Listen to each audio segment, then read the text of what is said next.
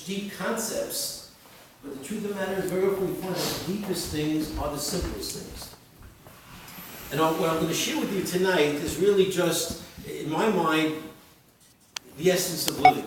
It's not my opinion. It's really what we know from the Torah. We look into our Chazal, we look into our sages, we look into what really is important, why we're here. It's not even, it's about the mitzvot, but let's just focus for a minute on about Avraham Avinu. Avraham Avinu, we're just reading about him now in the Parsha. How did he come to this conclusion? How did he come to this understanding that my life has to be about chesed, about kindness? It didn't just come because he's a nice person. It didn't come because, I just feel good, I want to do chesed. Some people want to do this, some people want to do that. It's about the natural feelings. No. It was way deeper than that. Avraham Avinu figured out on his own. He started a philosophical search for truth. And he recognized, when he looked into the world in total honesty, that my job is to get close to God. Number one, that there's a God in the world. And once we recognize that there's a God in the world, the next step is to connect to that God and to do what that God wants me to do. What do I know? How do I know? I don't have a Torah. God did not give the Torah to Avraham Avinu. Avraham Avinu figured out the Torah. Because he figured out, based on his understanding, based on his depth of ability to perceive God's ways, that my job is to emulate Hashem. In the world of physicality, when you want to get close to somebody, physical proximity means closeness. In the spiritual world, you want to get close to somebody, it's about emulation, it's about imitating, being similar to. When a person wants to become close to HaKadosh Baruch Hu, if you act like HaKadosh Baruch Hu, you act like God, you become close to God. You can't physically get close to God. You can't take a spaceship, or the Tower of Babel, they thought they can build a tower and they thought they can fight with God. We know that's ridiculous. But we could get close to God by emulating Him, by imitating Him, by being similar to Him. And that's why there's a mitzvah in the Torah. This is not just nice flowery stuff. There's a mitzvah in the Torah. V'halachta b'drachav.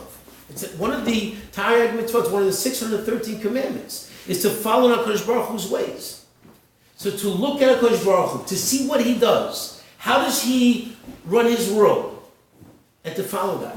His compassion, His love, His sensitivity, His constant concern and constant nurturing of this entire world, that's my job. And that's what Avraham Avinu figured out.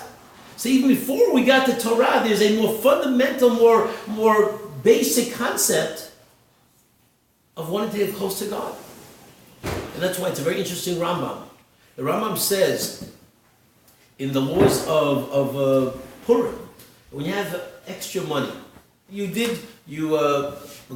the food for your Sudah, you already have Mishloach Manot, you got your basket, you're sending it out to the neighborhood, you gave your Matanot Lavyonim, and you have the Megillah to read the Megillah. So you have the 4 mitzvot covered. But now you have some extra money. What should you do with your extra money? How should you spend it? An extra basket, a nicer basket? You want to upgrade the basket maybe? Maybe you want to have more meat at your Sudah. What should you do?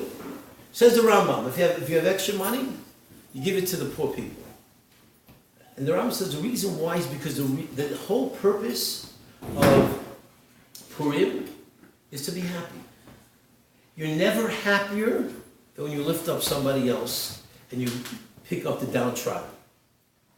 What makes a person the happiest in the world is to make another person happy, especially those people who need our help.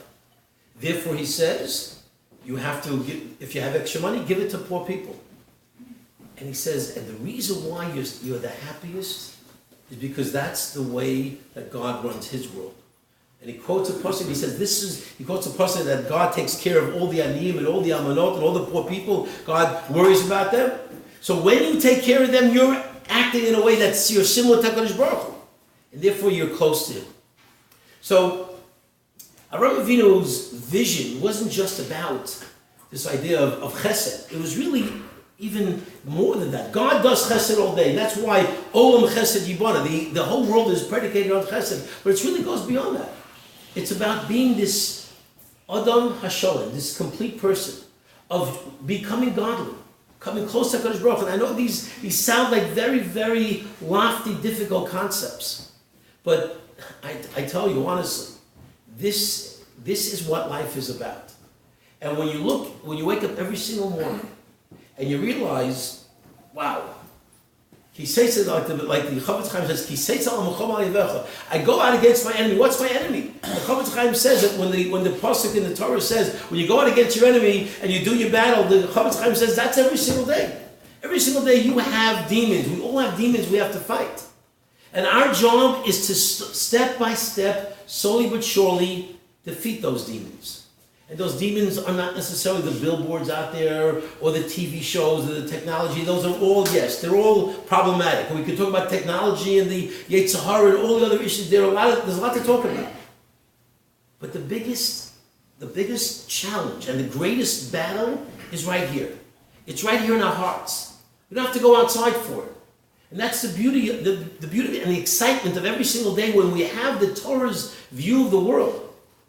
To become a slightly better person, to make a small indent in wherever we are today, to become slightly better tomorrow, to make our hearts slightly more pure, to have a little bit of a deeper belief in HaKadosh Baruch Hu, to have a sense of clarity in who God is, and to become closer to Him. These are all things that cannot be done externally, and we're living in a very, very, it's a challenging world because we are affected by the outside world. And we know that it seeps in. And the outside world, it's all about, glitz and glamour, and even the religious world. When a person wants to start, I want to become more religious. What do I do? What do we do very often? We take on an additional stringency, and again, it's all beautiful. If a person wants to start being careful about Chol Yisrael, it's beautiful. Person wants to start being careful of Pas Yisrael, only eat bread from a Jewish baker. All these are beautiful things. You want to not rely on the Erev in the community, that some people want to be machmer that way. All great. But that's not really where the main battle of life is. It's not really what HaKadosh Baruch Hu is looking at. Those are all wonderful. I'm not belittling it. But the tough battle, the real battle of life, is what the Torah is about is the two letters that surround the Torah. The two letters that surround the Torah are the Beis of Bereshis, and the last word of the Torah is Yisrael, which ends with a Lamed. Rabbeinu Bechaya says, a great Sephardi commentator, says, the reason why the Torah starts with a Beis and ends with a Lamed, because the Torah is about the Leiv. It's about the heart. It's about purifying the heart. It's about becoming a more sensitive, a kinder. I mean, there's so many different midot that are so subtle in terms of what they can do for us and what we have to do to perfect them. Every time, if it might happen once every 6 months and we get angry, we lose it. And we get enraged. The Gemara says, Kol HaKois kil over avodah zarah. When you get angry, it's like idol worship. These are things that we don't even think about. When a person, Moshe Rabbeinu was the greatest human being in history. He was the greatest Navi of the Jewish people. He spoke to God. Wouldn't you think that if I'm going to tell you a compliment about Moshe Rabbeinu, wouldn't it be something? He spoke to God. He did amazing things. Of all the times, of all the attributes that we compliment Moshe Rabbeinu, and we only did it once. The Torah only did it once. Well, Moshe Anav Mikol Adam. Moshe was the humblest of all people. I just mentioned we were in Vegas for the Shabbos project. We spoke there in the Kollel community there, and it's interesting. I say, Baruch Hashem, 30 years we're here in Valley Torah, in the community, and a lot of great students. But it's very, very rare that a parent ever said. I'm not sure if a parent ever said to me in 30 years, "I'm giving you my son. I'm giving you my daughter. Please." Develop them humility, make them humble, make sure they get into UCLA, make sure they get 1,300 on their SATs. I will not tolerate a 3 on an AP score. I need either 4s or 5s. You got to cover more ground, whatever. A lot of academic expectations I got. But I never got to request if my daughter or my son could come out a more humble individual. Oh, Rabbi, would I be so appreciative? You know what? That would be the biggest accomplishment. UCLA is a joke compared to becoming a more humble person. It's the easiest thing in the world. But you know what? That's what's really important. Now, HaKadosh Baruch Hu, in every single place you analyze deeper and deeper into the Torah, you will see that what HaKadosh Baruch Hu really wants, our actions are very, very important. The mitzvot are very, very important, but a mitzvah which is empty, a mitzvah which doesn't have the heart behind it, the Rebbe B'chai, let's not forget that Rebbe B'chai is an empty mitzvah. We got to do it. We got to put on that tefillin, right? If we're a man, we put on a tefillin every single morning. We got to. There's no choice. You have to. The Torah says you have to put on tefillin. But you put on tefillin because because it's 6:30 in the morning and you're all tired and you're walking around like a robot. You put it on, in, out, chick chack. Before you know it, you're finished. Or you do it because you have a feeling that it's a real mitzvah. You do it with heart. You do it with sensitivity. And you think about it, and your emotions are in play. That's a different mitzvah. That's a whole different relationship with HaKadosh Baruch Hu. And therefore, HaKadosh Baruch Hu says, this is what I want from you during your life. And that's why I gave you the mitzvah. The Gemara says an incredible thing. Lo nitna haTorah Yisrael, elo litzaref es habriyot. God gave the mitzvah to the mitzvah to the Jewish people to purify them, to elevate them through their actions, through the midot that we have. So every midah that we have, and there are many Mussar for whatever. Not tonight, not the time for details, but there are many Mussar for many amazing books that talk about character development, about becoming a better person, not to get angry, not to be jealous. I mean, just let's stop and think about it for a second. How important is it to be happy? Is it important to be happy? It's very important. The Pasuk in Kisova says, you want to know why this horrible fate that is predicted by the Torah, the terrible Tochacha that we read about in Parshas Kisova a couple of months ago, and it predicted the terrible tragedy that we've seen throughout our long, bitter Galut. We've seen it happen. We've seen the Holocaust. We've seen the 6 million. We've seen what went on throughout Europe and throughout the Jewish history. And the Torah said, why did it happen? Tachas asher lo avadata Hashem Elokecha b'simcha u'tovleva, because he didn't serve HaKadosh Baruch Hu out of joy. So what prevents joy? Why are we serving HaKadosh Baruch Hu out of joy? Why? I'm alive every single day. Why aren't we always so happy? Why aren't we always thrilled to be able to do mitzvot? Thrilled to get up every single day? If we are, that's great. But a lot of us aren't. A lot of us get up every single day and just, it's another day, another grind. We go through, we're here, we have this problem, this headache. Why aren't we happy? If happiness is so important, so let's be happy. And the answer is because we have so many different emotions that get in the way of simcha. We're not happy because we don't have this. We see that one has that nice thing, and this one bought this, which I'm jealous of, or we have a question, why did God do this to me? So our bitachon is not where it needs to be. Our munah is not where it needs to be. And the reason why we're not happy is because we have midot ra'ot. We have certain negative character traits that get in the way. And HaKadosh Baruch Hu says, well, I gave you those character traits. The Rambam says we're all born with certain different characters. Some people are super sweet, some people are super stingy, some people are super generous, some people we have all of different personalities. And our job is based on who we are, and based on the personality that we were given, to better ourselves, and to build on ourselves, and to become better and better every single day. That's not so easy, but it's what life is all about. And all the other things are beautiful. Don't get me wrong. I'm not saying not to be machmir in certain areas is really great. But I come from a Mussar yeshiva. This is my background. I spent 13 years in Yeshiva Chavetz Chaim. My Rebbe learned from Reb David Leibowitz, who was a Talmud of the famous Alter of Sabodka. And what he learned from his Rebbe was in life, the real challenge and the real place where we have to really fight the good fight is right here. It's internal. It's not outside. We have to fight inside. Self-esteem, love of humanity, loving of Avraham Stulberger, of not being jealous, of not having sinah, developing Avos Yisrael. There are so many of zrizut, just the idea of alacrity, a movement, and getting up and ready to go and to do a mitzvah. These are all different midot that the Chazal, the rabbis, analyze in terms of working on ourselves.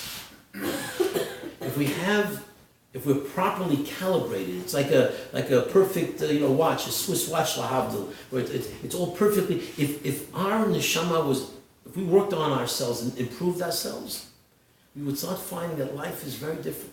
A lot of our questions would go away.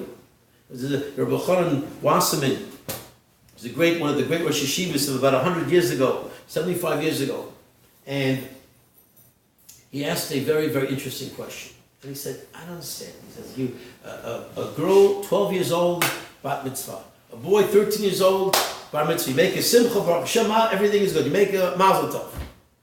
So what do I have to do? Now you're a bar mitzvah. Now you're a bas mitzvah. See, what are the commandments you have to fulfill? Belief in God. So it says Rabbi Chanan Wasserman, I don't get this.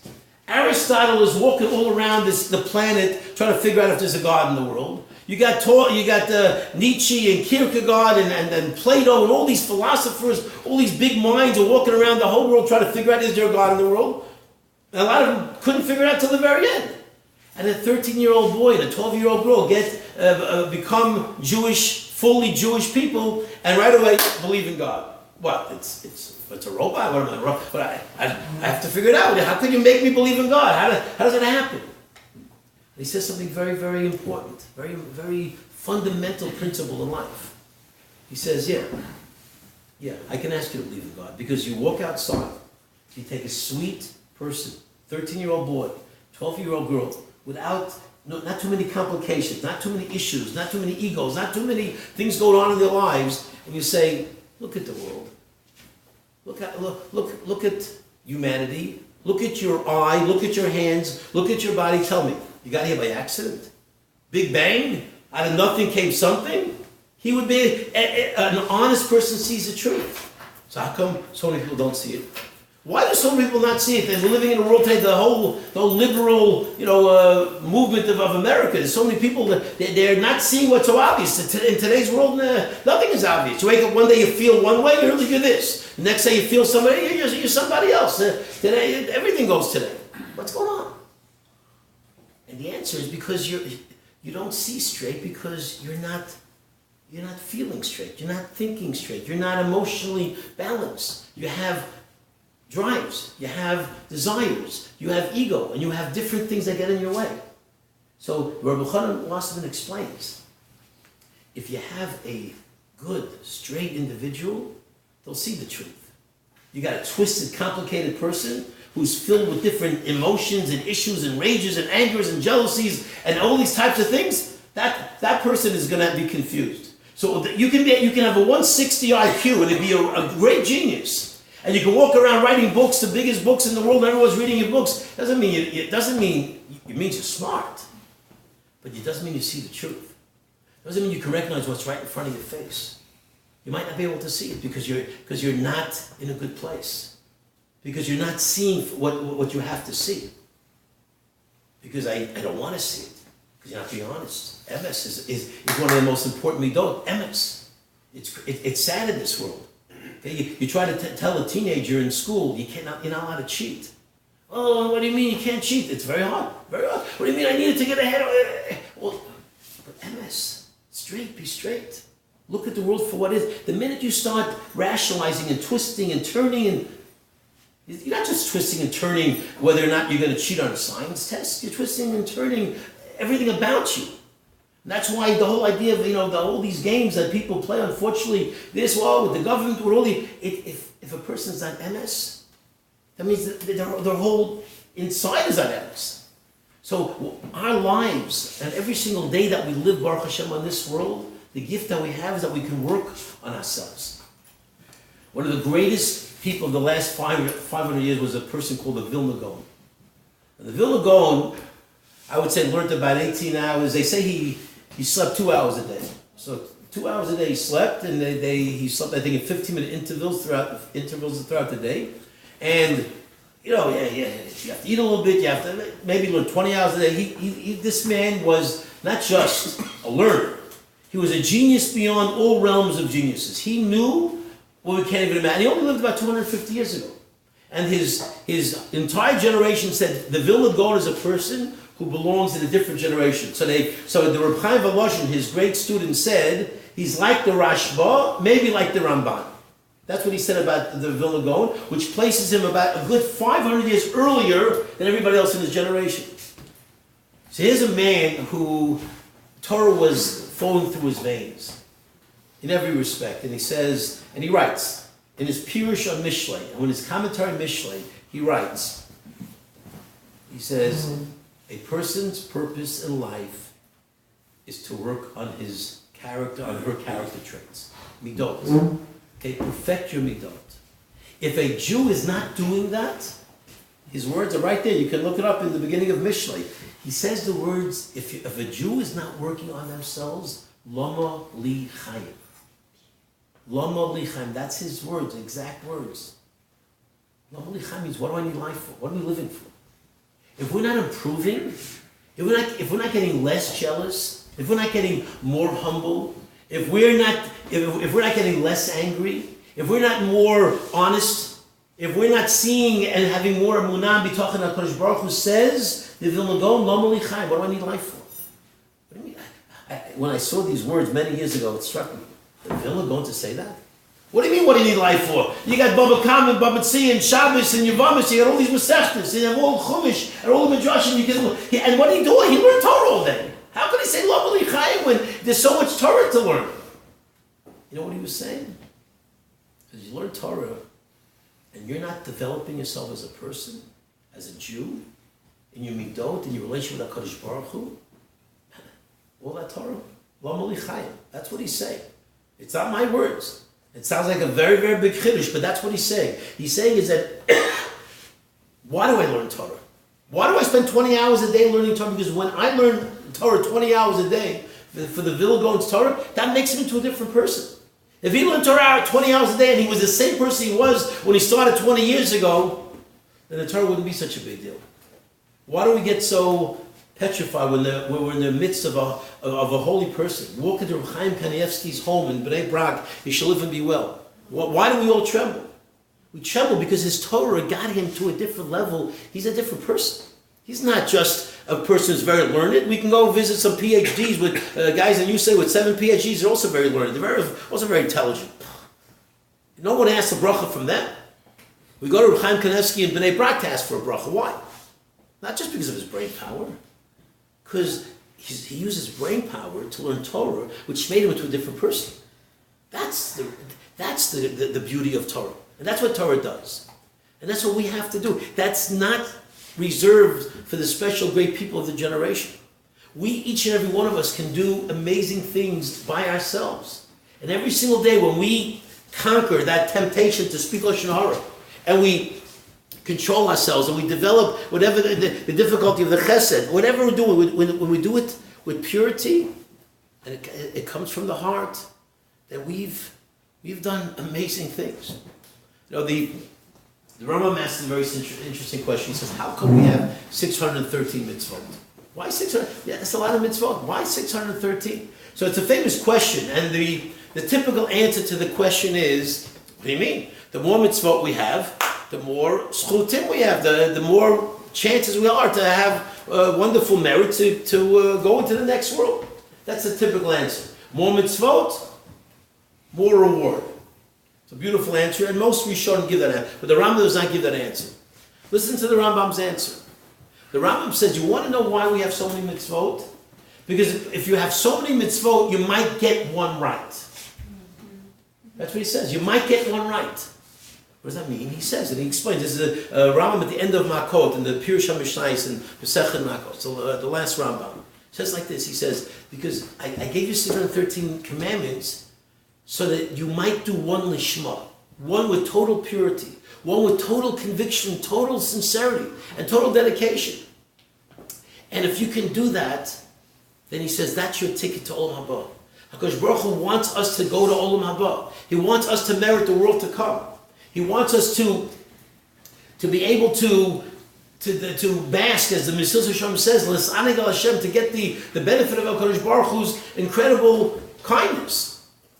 So how do we do it? When we get ourselves to a point where we do something with purity. And that's why he quotes the Gemara that when the great Rabbi Chiya ben Shadyan was sick, and his friends visited him, And he says to them, tell me, am I ben Olam Haba? Am I going to Olam Haba?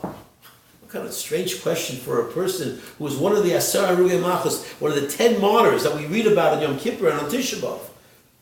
He was one of the greatest people in history, and he's asking, is he ben Olam Haba? And the friends say, well, if you want to know, tell me what you've done.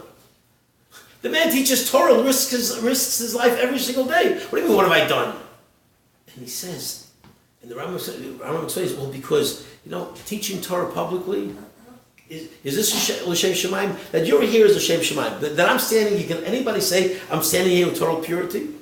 Baruch Hashem, 50 people are in the room listening to me. I can try to say I try to be pure. I can't say it's pure. Everyone likes when you make a speech, people listen. It's a nice feeling.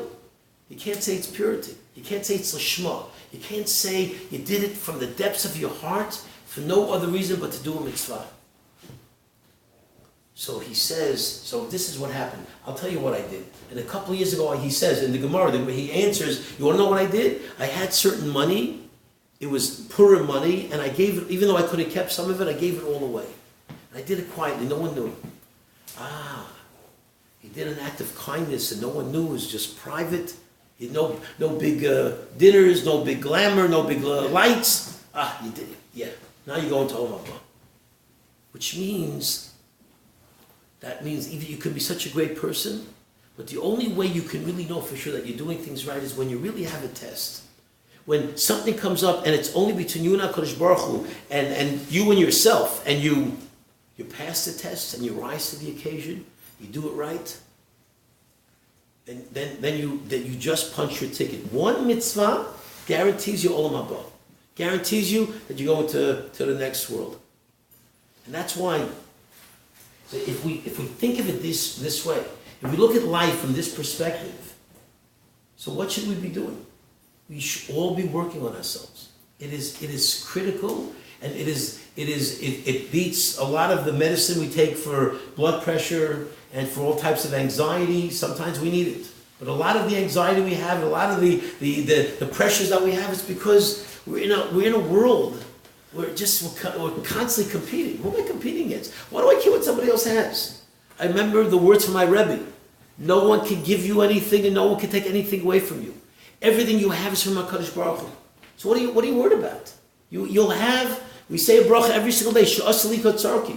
Whatever I need, I have. Whatever I have, HaKadosh Baruch Hu gives me. Whatever I have, I need. Whatever I need, I have. That's all. I don't need any more. Because HaKadosh Baruch Hu would give me more if I needed more. If that's what I have, you got to be happy with it. But these are beautiful ideas, but they don't come easily. We have to work on it. We have to push ourselves. We have to open up a Mesilas Yesharim. We have to open up a Chovos HaLevavos. We have to open up an Orchos Tzadikim. And 5 minutes a day, 10 minutes a day.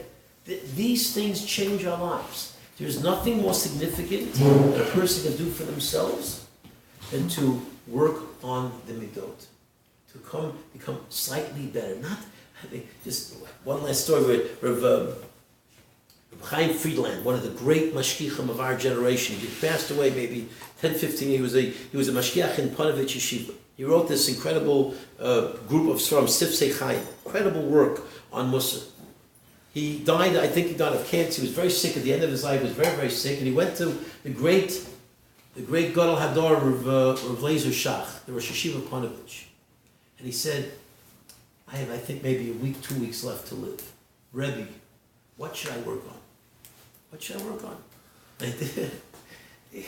So I would, you'd think, what should you work on? Open up the Zohar, work on some deep philosophical. I mean, these were Gedolim, these were giants. You know what he told them? Pick the one area you think you still need some work in your character, and work on that. And maybe if something annoys you, think about why it annoys you. Work on that. Think of whatever it might be. Your Avos Yisrael. I mean, whatever it was very subtle. But what he was saying to him, there is nothing more important in the world than becoming even the slightest bit less angry. If a person, the Chavetz Chaim wrote it, says, when he wrote his Sefer, 33 years he wrote the Sefer Chavetz Chaim. He put so much work, and that's why he was called the Chavetz Chaim, because he wrote the book, Chavetz Chaim. And after he wrote the book, he says, if I only wrote this book, and when a person speaks Lashon Hara, he goes, I shouldn't have said that. It was worth it. The slightest feeling of, oh, I shouldn't have done that. The recognition, the sensitivity, that I shouldn't have done that. It's worth it. You hear what the Chavetz Chaim is telling us? That means when we make a slight, I notice you're a little bit, you're calmer these days. Things don't bother you as much. It's so nice. It's a little nicer, it's more pleasant forgetting how to show them by all the husband-wife issues. Sometimes there's tension. I notice you're a little calmer these days. I notice, I've had people say, over the years, people say, my husband started learning, he's a different person. How interesting that is. We couldn't get this through, you could get it through learning too. Torah has that incredible, powerful cleansing force. But if we focus on these things like midot, to work on our relationship with HaKadosh Baruch Hu, our relationship with our fellow man, our relationship with our spouses, these are all part of this concept of why we're here in this world. That's why the Torah was given, to purify us, to make us better. The smallest advancement is huge. If we got angry one time less a year because we started working and coming to Shura. If we started developing a little bit less jealousy, it doesn't bother me as much that they just pulled up with the newest Mercedes model, and I just got the old one from last year. And now they just got the newest one with the fancy air conditioning from all sides. You can have 7 different temperatures from every seat in the car. And I got the old one that's one temperature for the whole car. What am I got? Ridiculous. It's eating you up, and it's mamish, I have to wait a whole year before I trade it in to get to that. But think about it. You know what? If we, what do I care? What do I care? I got my nice Ultima. It goes. It starts in the morning. I go. I don't think about who. But it's interesting. No matter how rich a person is, there's always somebody going to be richer. So if you want to outdo, how are you going to pick who you want to outdo? There's always somebody more. And you finally get to the top of the mountain, all of a sudden, my gosh, you read the next paper, you have 28 billion. For sure, I'm number one, that's it. Now I can relax. Somebody just bought another company, now he's worth 32 billion. Oh my gosh. So you were happy, now you're miserable again. So these are things that happen to us. These are things that can literally eat away at us. What are we doing? What are we running? We're in this rat race.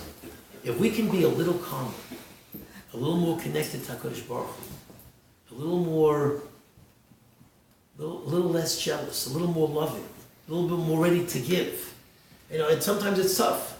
I'll end with an amazing story. Just show you just an incredible story of when a person goes out of his way. There are thousands of such stories like this. But I just heard this a few months ago about a fellow. He worked all night. He lived in Eretz Yisrael, and he worked all night. That was his typical schedule. And this was an extremely physical, hard night of work. And he comes in the morning, he sleeps during the day, and he works at night. So he comes home, and he's exhausted. And the kids somehow it was a vacation, I think, day, and the kids weren't in school. Kids were running around making noise in the house. He says to his wife, I need 5 hours, 6 hours of sleep. I can't sleep here. I'm going to my mother's house. It's quiet there. She's not there. I'm going to sleep there. He says, fine, but just do me a favor. Drop off the baby on your way because I need to go to. The kid needs to go to the babysitter. Drop the baby off on the way. He says, sure, no problem. Gets home, gets to his mother's house. He's exhausted. He puts his head down. He's about to fall into a deep sleep, and just then the phone rings. I can't answer the phone, and we've been in this situation. Do we get up? Do we answer the phone? Do we, So he looks at it's a friend it's a good friend, and he knows that he's sleeping during this time. Why is he calling me now? I'm so tired. I need to sleep. He looks at the phone and he's debating.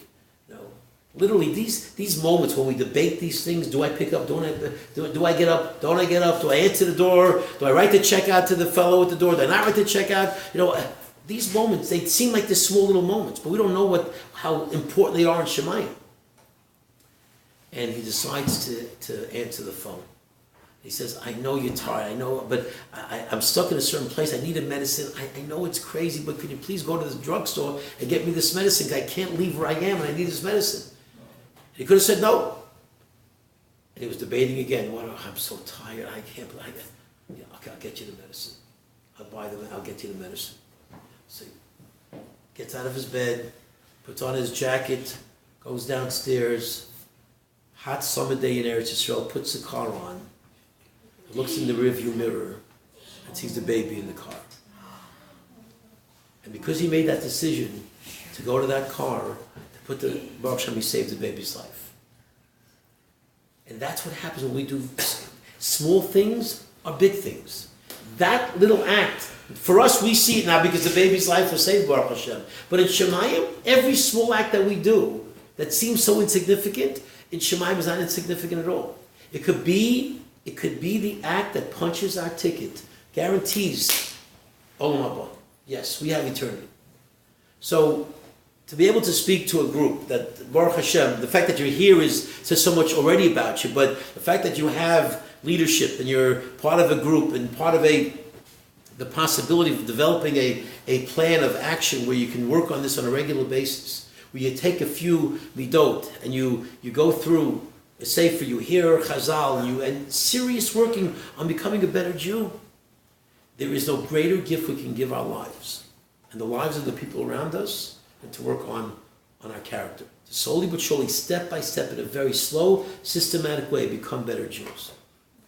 B'ezras Hashem, we should all be successful. We should go mechoyel choyel. That's chus. We should be zocher totally simchot and to be zocher to be as Mashiach. Amen.